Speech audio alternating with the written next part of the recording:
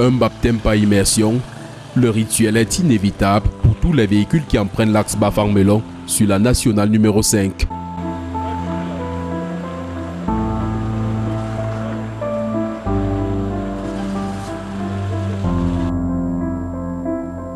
Quand il pleut, le trou que vous voyez derrière, là, ça remplit tout.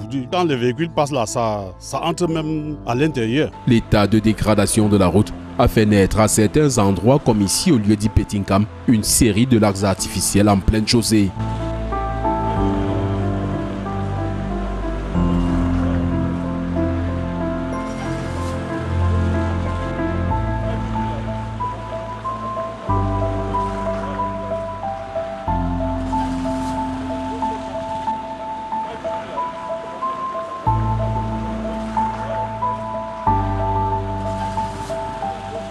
Quand une voiture entre dans le cours, là, tu comprends, il y a éclatement de la roue. Peut-être il y a un caillou que les enfants ont mis pour embler. Ça pèse la roue.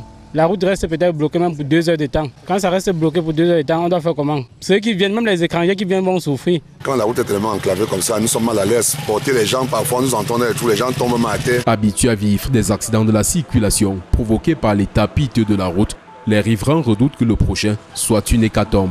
Regardez comment les voitures entrent là. Vous voyez, bientôt quand ça va faire le tonneau, ça va entrer dans le Nkam qui est plein. On va dire qu'il y a 70 morts, 120 morts. Et c'est en ce moment-là qu'on viendra arranger la route. Leurs inquiétudes sont d'autant plus grandes que les pouvoirs publics sont restés indifférents après un éboulement qui a donné une réputation avilissante à une partie de la route depuis bientôt 20 ans. On appelle ici Manga Pongo parce qu'il y a eu l'écoulement ici. Ça ne nous fait pas du bien puisque nous on a chaque fois l'accident ici. Parce que la route n'est même pas bien arrangée. Rien. Et ça a détruit des maisons. Il y avait les habitants ici. Après l'affaissement de l'axe principal ici au lieu dit Kekem 44, la voie de contournement aménagée par un industriel camerounais est devenue définitive depuis 2007.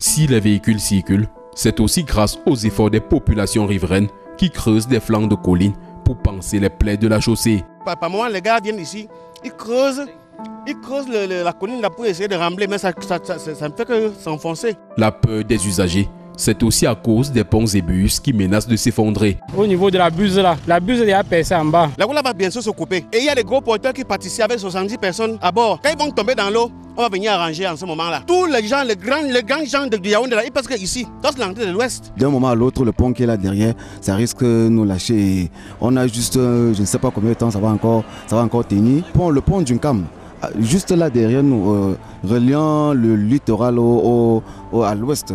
Donc c'est de ce pont que je parle. Autrefois très sollicité, cet axe est aujourd'hui esquivé si bien que la végétation réduit la chaussée par endroits. Quand les camions passent, leur carrosserie la taille les herbes. Sinon c'est que bon, si ça ne taille pas comme ça, c'est que ça, les herbes ont déjà tout envahi la route. Les usagers rencontrés souhaitent que les pouvoirs publics prennent conscience de l'importance de cette route dans la vitalité de l'économie camerounaise.